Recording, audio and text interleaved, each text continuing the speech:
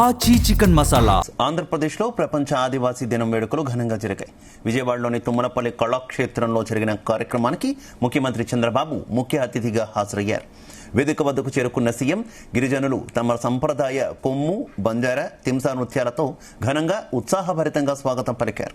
ఇక ఉత్సవాల్లో భాగంగా అక్కడి డప్పు కళాకారులను ఉత్సాహపరుస్తూ సీఎం చంద్రబాబు స్వయంగా గిరిజన సంప్రదాయ డప్పును వాయించారు. అనంతరం ఆదివాసీ మహిళలు ప్రదర్శించిన సంప్రదాయ నృత్యాలను సీఎం ఆసక్తిగా తిలకించారు. గిరిజన సంస్కృతిపై గౌరవంతో మహిళల అభ్యర్థన మేరకు చంద్రబాబు వారితో కలిసి డ్యాన్స్ చేసి అందరినీ అలరించారు.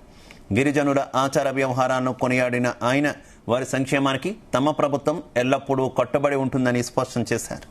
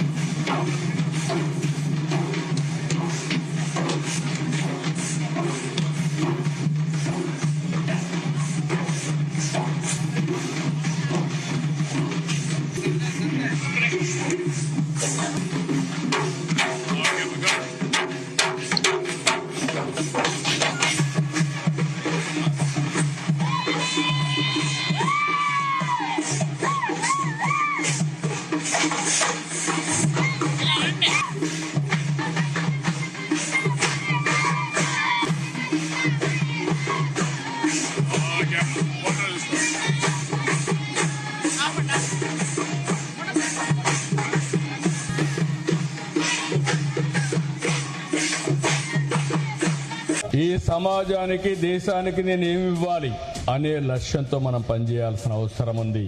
మనమంతరం దేశ అభివృద్ధిలో భాగస్వాములు కావాలి. ఈ విషయం మీ అందరినీ కోరుతున్నాను.